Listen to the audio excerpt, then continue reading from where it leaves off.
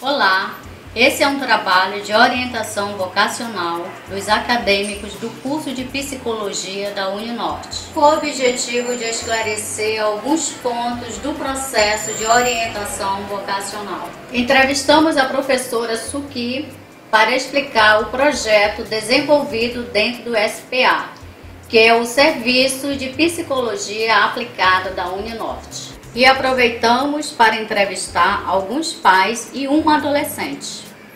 Professora Suki, como se dá esse processo?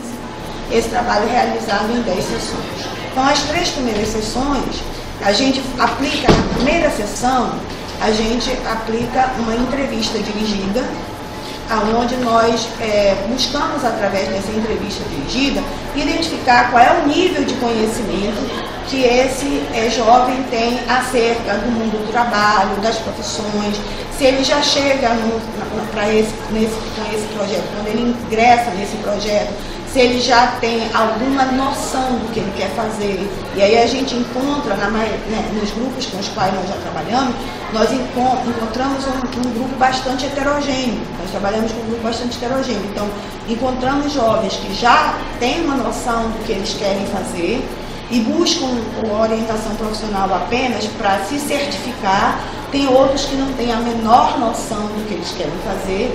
Tem outros que se deparam com um conflito de que os pais denotam um interesse, uma vontade, um desejo de eles fazerem determinado curso, seguirem determinada profissão, muitas vezes essa profissão estando associada já a uma profissão que o pai, que a mãe tem, mas que eles nem sempre se mostram convencidos de que realmente é isso que eles querem. Então, a gente faz essa entrevista individual, né, no momento que a gente fecha o grupo, a gente faz essa entrevista individual para que a gente possa, então, levantar o perfil dos integrantes desse grupo. Como é que eles estão em termos de informação do mercado de trabalho, em termos de tomada de decisões sobre a escolha profissional, quais são os conflitos, quais são as dúvidas, quais são as inquietações. Após essa entrevista, nós aplicamos a escala de maturidade para a escolha profissional, que é a EMEP.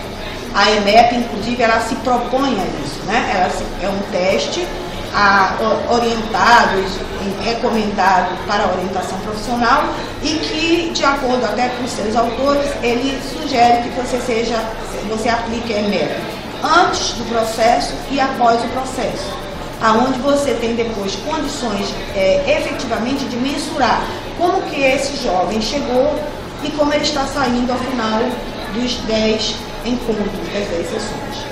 Né? Realizado essa entrevista individual com os membros do grupo, então é feito o primeiro encontro grupal.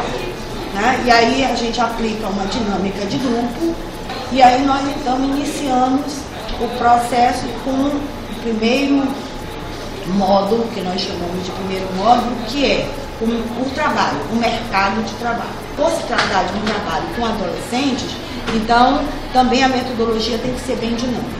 Tá? Concluído essas 3 sessões, ou seja, finalizado esse primeiro módulo, que, como eu disse para você, se sustenta, né, nesse tripé: mercado de trabalho, autoconhecimento e a escolha propriamente dita. Aí nós partimos para 3 sessões, aonde nós vamos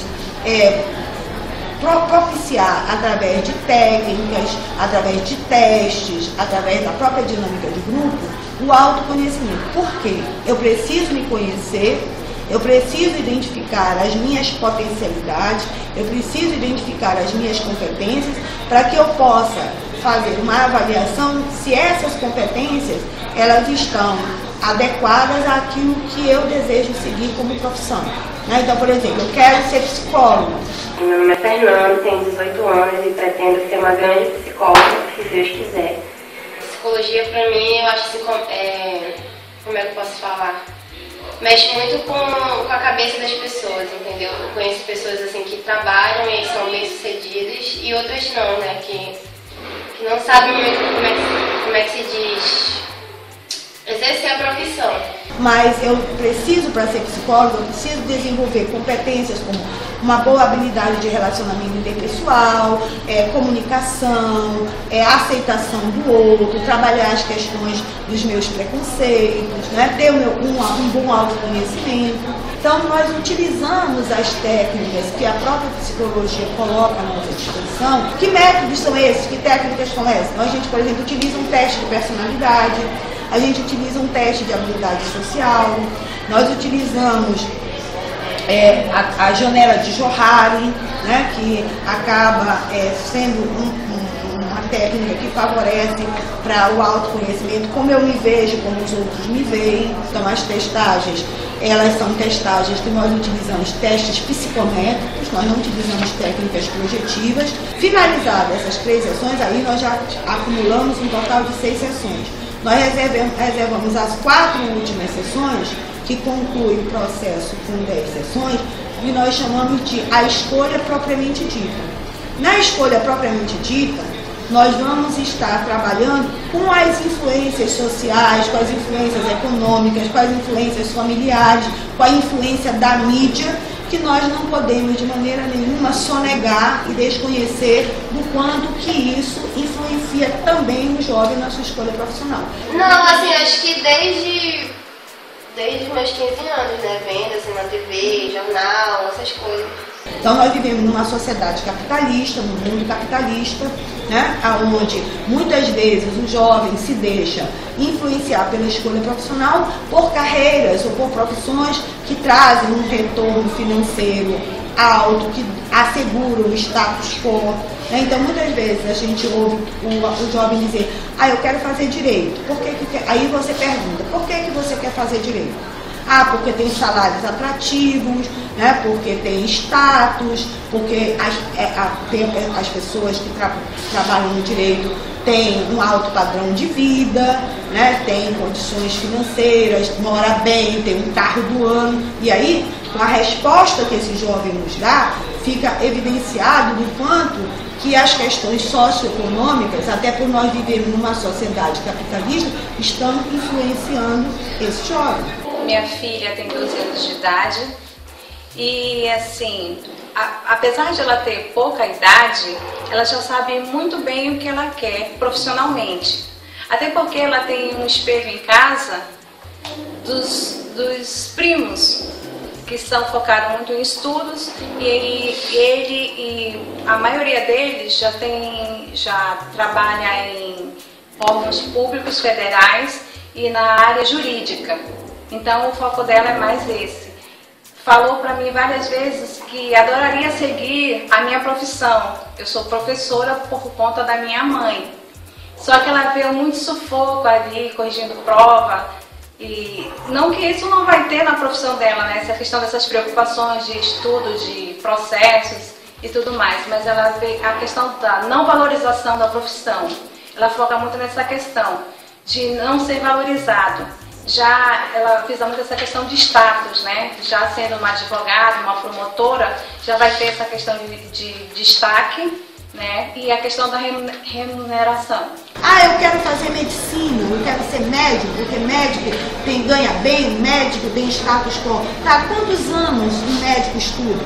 Quando essa estatística nos diz que 30% dos universitários desistem do curso superior até o 3º período. Então, por que me remete a uma reflexão? Porque se 30% dos universitários desistem até o 3º período, significa que foi uma tomada de decisão, foi uma escolha profissional pouco consciente e assertiva. No passado eu também cursei engenharia, não cheguei a concluir. Cursei alguns períodos, mas aí eu vi que as coisas não estavam tomando o rumo que eu queria e eu comecei a refletir acerca da minha vida também, e foi quando eu desisti de engenharia e vim cursar psicologia agora. Eu hoje também sou estudante de psicologia e comecei com meu sobrinho, falei da minha mudança também, mas ele não mudou. Ele tomou como base a minha vida no passado, conversando, vendo que eu era um técnico eletrônico, vendo que eu havia me formado como técnico e estava cursando engenharia. Ele falou que queria fazer a mesma coisa, que queria ser da mesma forma, por todos os benefícios, por tudo que a profissão ela agrega ao profissional. Nessas últimas 4 sessões, que o tema do módulo é a escolha propriamente dita, nós consideramos, nós discutimos com o jovem, nós levamos esse jovem a refletir todas essas condições socioeconômicas do mundo atual mesmo, do consumo, da sociedade, do grupo, da influência do grupo, que interfere na sua escolha profissional. E utilizamos, né, como uma testagem psicológica que também é destinada, ela tem a finalidade de ser aplicada, que é o AIP, Avaliação de Interesse Profissional. Aí a gente finaliza essa sessão, essas 4 sessões, com a aplicação do AIP. E aí, assim como nós iniciamos individualmente, né, com a entrevista individual e a aplicação do EMEP, nós finalizamos com a devolutiva dos resultados obtidos nas testagens, né, o que a testagem indicou em termos de personalidade, de traço de personalidade, de habilidades sociais, dos próprios resultados do AIP, e mais a aplicação da EMEP, né, no pós-programa de orientação profissional. Às vezes, já aconteceu, né, de ao finalizarmos o processo de orientação profissional, nós, nessa devolutiva, sugerimos um atendimento individual. Aí ele perguntou a minha opinião, o que é que a senhora acha, mãe? Eu digo, para mim não tem problema nenhum, o problema é que você tem que estudar muito para ser um bom profissional, porque você não tem que escolher só por status, e sim porque você gosta, porque quando nós gostamos, nós nos aprofundamos, nós realmente mergulhamos de cabeça e por conta disso a gente consegue ser um bom profissional, né? Então, foi isso que eu falei para ele. Eu digo, você tem todo o meu apoio.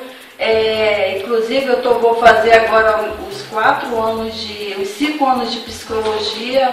Quando eu terminar, é o tempo que eu vou começar a ganhar meu dinheirinho, né? Meu escurinho de rato, falei até assim para ele. E eu vou te ajudar para terminar essa faculdade de medicina, né? Para começar e terminar a tua faculdade de medicina.